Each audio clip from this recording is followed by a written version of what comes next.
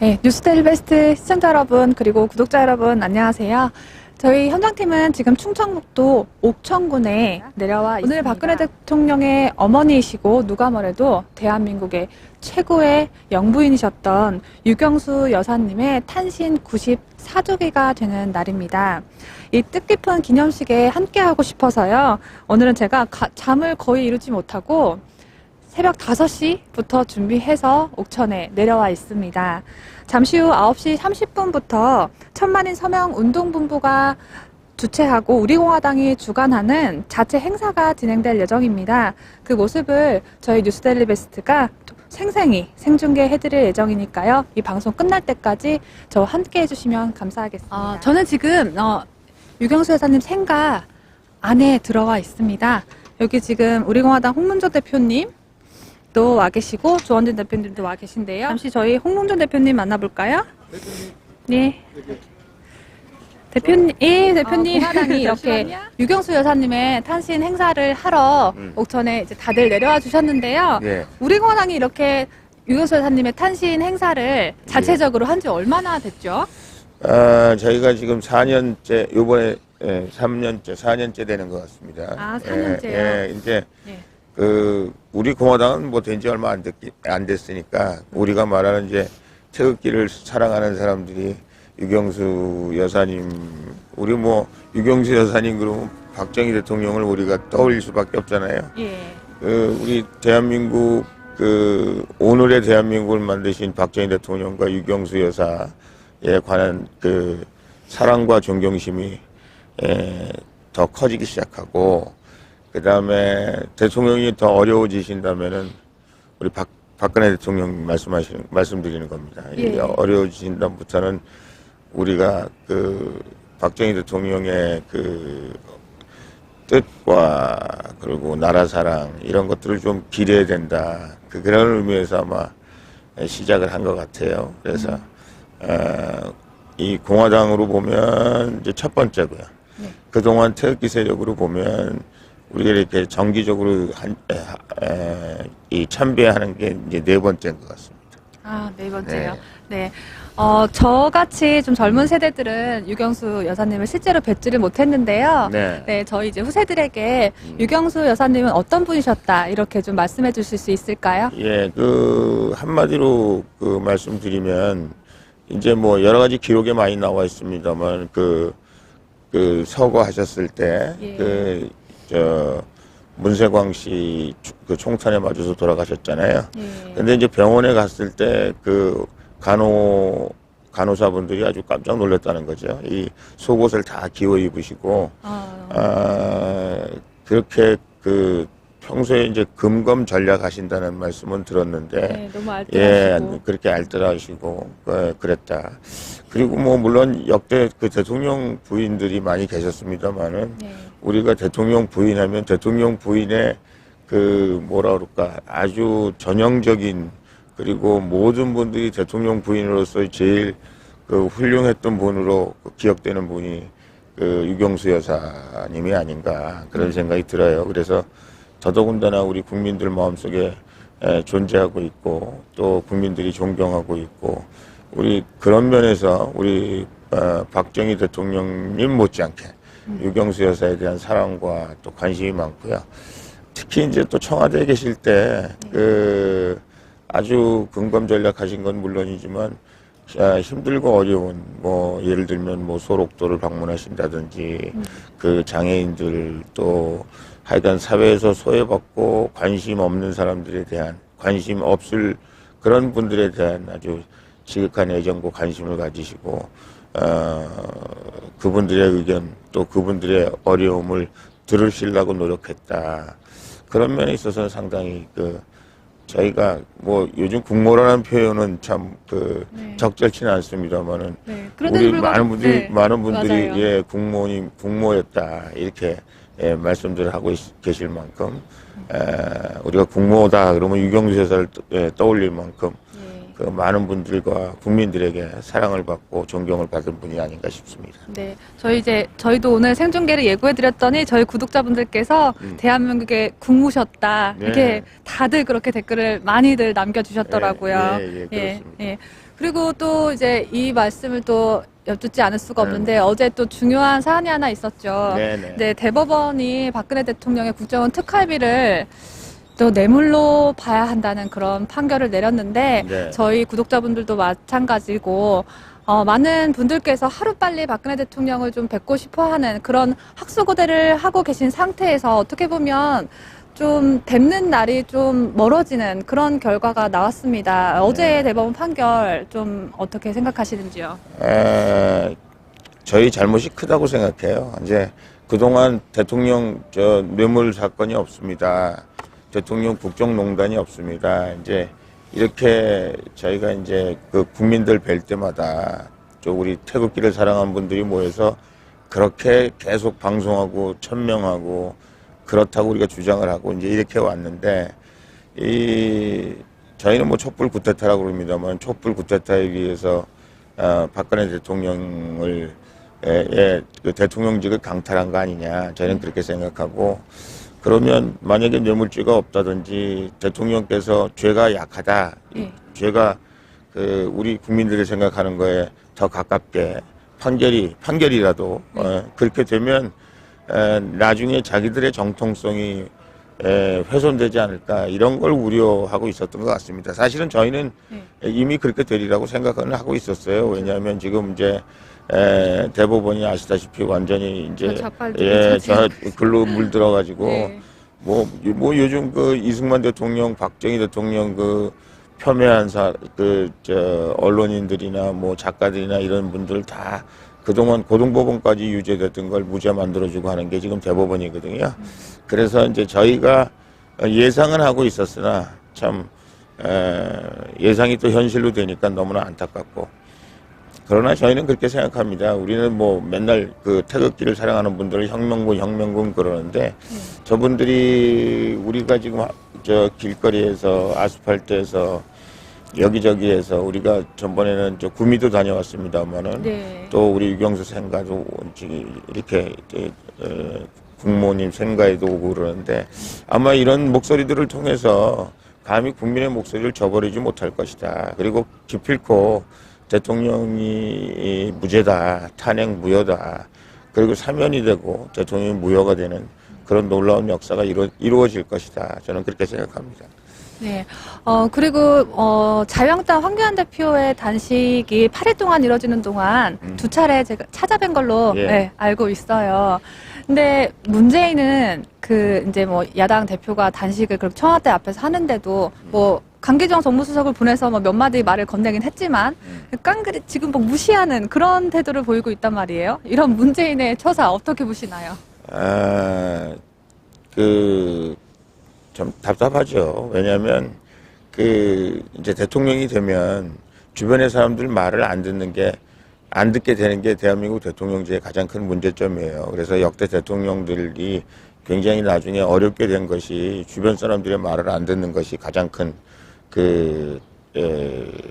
실패 원인이었다. 이렇게 말씀드릴 수 있는데 주변 사람들 말은 안 들어도 야당 얘기는 좀 들어야 돼요. 왜냐하면 저희도 여당을 해보면 야당이 하는 얘기 정말 저 나라를 사랑하지 않는 사람들 같고 결국 지금 시의적절하지 못한 생뚱맞은 얘기들을 하는 것 같은 그런 느낌이 듭니다. 야당 하는 얘기가 우리가 일하자는데 왜 이렇게 자꾸 발목을 붙잡냐 뭐 이런 느낌이 들어요. 저희도 그런 느낌이 들었던 거를 솔직히 고백을 합니다. 그러나 결국 이제 시간이 지나놓고 보면 약이 되고 피가 되고 살이 되는 것 또 야당도 죽자고 지금 이제 덤비는 이유가 여당에서 워낙 야당 하는 얘기를 무시하니까 어떻게 하든지 야당 목소리가 조금이라도 들려야 된다 생각해서 더 강하게 또 더욱더 그야말로 못하나 가열차게 이 단식까지 해가면서 이렇게 투쟁하는 거 아니겠습니까? 그러니까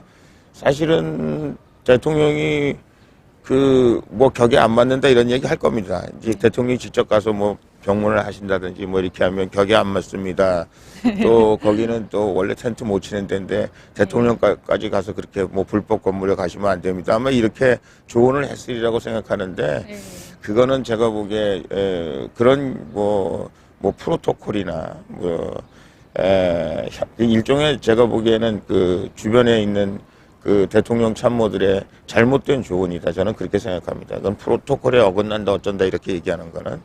그래서 다가가셔야죠. 들으셔야죠. 저희도 사실은 뭐 황교안 대표가 하는 얘기 뭐 100%다 찬성하지는 않습니다. 또 저희가 우리는 보수 우파의 정통 보수 우파라고 말하는 사람들이기 때문에 황교안 대표가 얘기하는 것이 과연 보수 우파를 대변하는 것인가 생각할 때가 있긴 있어요.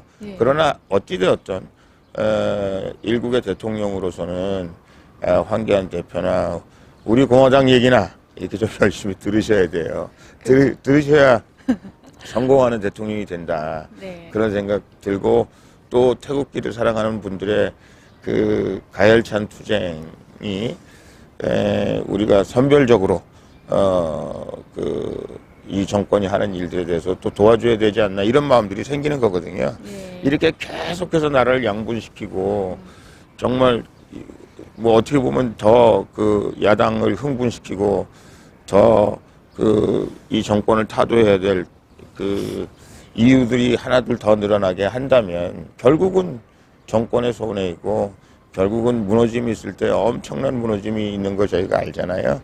그래서 제가 경고 겸 충고의 말씀을 드리는데 우리 공화당 말씀 좀 들으시고 황교안 대표 얘기도 좀 들으세요. 들으셔야 아마 그나마 지금 멀어져가는 민심이 천천히 멀어져 가지 않을까. 그리고 어차피 권력이라는 건 놓게 돼 있거든요. 화무시비롱인데 우리가 권력을 잡을 때는 항상 잊어버립니다. 이게 얼마 안 있으면 우리가 권력을 놓는다는 걸 잊어버리는데 영원할 줄 알죠. 영원한 권력은 없고요. 특히 지금 봐서는 이 권력은 정말 짧을 것 같은 그런 걱정이 있습니다. 그러니까 약간 좀 들어주십사 하는 부탁의 말씀을 드립니다. 문재인 씨 좀 들으세요. 네. 네, 그리고 예. 또 지금 이것과 또 연결되는 얘기일 수 있는데 어제 공교롭게도 어제 원희룡 제주지사가 네. 한 발언이 논란이 되고 있어요. 혹시 알고 계시는지 모르겠는데 네. 문재인에 대해서 고집이 너무 세다. 주번 이야기를 듣지 않는다. 그래서 남자 박근혜 같다. 이런 얘기를 또 했어요. 근데 이제 그 양반도 네. 제가 잘 압니다. 그 원희룡 지사 뭐 제가 이제 제주도 갈 때마다 만나고 그러는데 그 양반도 어떻게 보면 좀 뭐라 그럴까 그 좋은 말 같은 얘기도 그 남 기분 상하게 또 그 자기 깐에는 굉장히 머리가 좋게 잘 대비해서 자기가 원하는 목적을 달성한다고 보르는지 모르겠으나 거긴 뭐 남자 뭐 박근혜다 뭐 이런 얘기를 한 것 같아요. 맞아요. 비슷하지도 않은 얘기는 제발 하지 마시고 그 제주도에서 그 좋은 공기 마시고 좋은 바다 보면서 어떻게 생각은 그렇게 진부한 생각을 계속 하고 있는지 모르겠어요. 뭐 문재인 정권에 대해서 뭐 하시고 싶은 얘기 있으면 하세요. 그런데 제가 생각하기에는 박근혜 대통령은 잘 모르잖아요. 원희룡 지사는 뭐 그 당시엔 국회의원도 안 했고 사실 박근혜 대통령하고 직접적으로 일하신 분이 아닌데 박근혜 대통령에 대해서 밖에서 듣는 얘기 가지고 또 촛불이나 이런 사람들이 각색한 얘기 가지고 자꾸 박근혜 대통령 뭐 어쩌고 저쩌고 하는 거는 제가 보기에는 아주 잘못된 발언이다. 저는 그렇게 생각하고요. 그리고 원희룡 그 지사가 그 국회의원하고 당에서 사무총장하고 할 때 그 얘기를 들어보면 이 양반이야말로 남의 말 안 듣는 사람으로 유명했더라고요. 그래서 남의 말 하지 말고 꼭 내 자신을 보는 것 같다. 혹시 그렇게 얘기하면 모르겠어요. 제주도에서도 그런 얘기 많이 들려요. 조심하세요. 아주 한마디만 더 여쭤볼게요. 우리 또 홍문전 대표님께서 인원고등학교 사태에 대해서 관심을 많이 갖고 계신 걸로 알고 있어요. 우리나라의 정교조가요. 그거 뭐 정말 대한민국을 다 망가뜨렸죠. 박근혜 대통령께서 잘하신 일 중에 하나가 전교조를 법의 노조로 만든 거였거든요. 그런데 지금 대한민국에 14개 교육감이 있는데 그중에서 12분이 정교조입니다. 그리고 한 분은 정교조와 관계가 있든지 정교조에 의해서 컨트롤되든지 그래요. 정교조는 대한민국의 자유민주주의 없애버렸고요. 6.25 남침이라는 얘기 없애버렸고 뭐 연평도 천안함 다 없애버렸고 이승만, 박정희 대통령 다 폄하하기 시작했고요. 박근혜 대통령 잘못된 대통령으로 표현하기 시작했고요. 이것이 대한민국의 교육을 망치고 있는 거거든요. 정교조 교육은 대한민국을 하향 평준화한다 그러고 학생 인권 조례 같은 거 만들어서 학생들에게 잘못된 교육을 주입시킴으로 해서 학생들의 미래를 망치고 있어요. 오죽하면 제가 전교조가 그렇게 좋으면 전교조 선생들을 모여서 따로 전교조 학교 만들고 학부형들이 전교조 선택해서 가고 싶은 사람은 갈 수 있는 그런 학교 만들어라. 근데 또 그건 왜 손살에 치는지 모르겠습니다. 북한으로 가라고 해도 안 가고. 예. 그래서 제가 그 교육감한테 네. 서울시 교육감한테 인원고 가서 문제 조사해라. 그랬더니 그때만 해도 뭐 교장 선생님들 그 전교조 선생님들 문제가 있는 것 같다. 가서 조사할 것처럼 그러더니 오히려 거꾸로 학생들이 무슨 저 일베라는 둥 뭐 학생들이 무슨 저 그 뭐 문제 학생이라는 둥 하면서 학생들을 뭐라고 하는 그런 교육감이 되고 말았어요. 우리 교육 전교조 사람들한테는 면죄부를 주고 본인도 스스로 그렇게 얘기했습니다. 본인이 전교조한테 가장 선거할 때 교육감 선거할 때 빚을 많이 졌기 때문에 예. 전교조 얘기를 안 들을 수 없다. 이제 이런 얘기를 했거든요. 참 안타까워요. 이게 이 대한민국 전교조 교육은 대한민국의 미래를 망친다 저는 그렇게 생각하고 있는데 예. 그렇다고 뭐 전교조가 있는 전교조를 어떻게 싹 다 뿌리 뽑겠습니까? 그런데 제가 전교조한테 그렇게 주문을 했어요. 교육감들한테도. 당신들이 옳다고 생각해서 그렇게 하는 것까지 다 뿌리 뽑는다는 건 어렵지 않다. 어렵다고 생각한다. 그러나 중요한 거는 이제 우리 대한민국의 전교조가 옳지 않다고 생각하는 사람들에게 그리고 전교조에게 틀렸다고 생각하는 사람들이 숨쉴 그라운드를 만들어줘라. 그 사람들이 전교조 교육을 안 받을 수 있는 권리를 보호하는 것이 대한민국 교육의 미래를 위해서 중요한 것이다. 그리고 아까 말한 것처럼 인원고 학생들, 자기들이 학생들이 머리도 깎고 지금 뭐 네, 얼마나 억울하면은. 얼마나 억울하면 제가 그렇겠어요. 그 현장 갔다 왔어요. 우리 학부형들이 어제도 모여서 서울시에 모여서 또 학부형들이 그 교육감 면담하자 그러고 인원고 살려내라 우리 학생들 살려내라 거기 뭐 학부형들 얘기 들어보니까 뭐 그 자기 아들 딸을 그 홈스쿨링 한다 그러더라고요. 아예 학교에서 전교조 학교에서 탈퇴해가지고 못 믿어서 네. 그래서 뭐 그런 현상까지 일어나고 있는 것들을 잘 예의주시해서 전교조 아닌 목소리 전교조가 틀렸다고 얘기하는 사람들의 얘기를 이 사람들이야말로 정말 우리 조희연 교육감 특별히 잘 들어서 그리고 인원고 문제는 전교조가 문제입니다. 전교조 교장 선생님, 전교조 선생님들이 문제인데 그 문제를 낱낱이 파헤치고 앞으로 그런 일들이 학생들에게 전교조 교육을 강요하는 그런 불상사가 다시는 일어나지 않도록 좀 적극적으로 관심 가져주십사는 부탁 말씀드립니다. 네. 그리고 요즘 유튜브에서 나폴레 홍 TV라고 유튜브 채널 개설하셔서 또 열심히 활동하시고 계시잖아요. 네. 근데 제가 대표님 피아노가 전공이다 보니까 항상 그 자택이신가? 그 네. 피아노, 오래된 피아노로 보이는데 오래된 피아노 앞에서 항상 촬영을 하시더라고요. 네. 피아노 누가 사용하던 건가요? 우리 딸이 사용하던 건데 아, 따님께서. 시집 갔어요. 근데 이게 이제 제가 벙커로 사용하는 데입니다. 벙커. 그러시구나. 근데 거기 가면 이제 저도 이제 뭐 옛날에 뭐 피아노 조금 뭐 바이올린, 체르니 뭐 이런 거 좀 했는데 뭐 지금 예. 행편없고 다 잊어버렸습니다만. 어찌되었든 그 딸이 사용한 거기도 하고 저 벙커니까 좀 마음이 편안하고 그렇습니다. 그러게요. 항상 그 앞에서 이렇게 촬영하시는 게 굉장히 저는 또 전공이다 보니까 인상 깊더라고요. 예. 네. 우리 오늘 행사가 이제 하는 것 같아요. 지금 하고 있죠. 제가 네. 너무 오래 잡고 계셔가지고. 네. 그렇죠. 저희도 이제 저기 우리공화당 자체 행사하는데 가보도록 하겠습니다. 감사합니다. 네. 대표님 감사합니다. 네.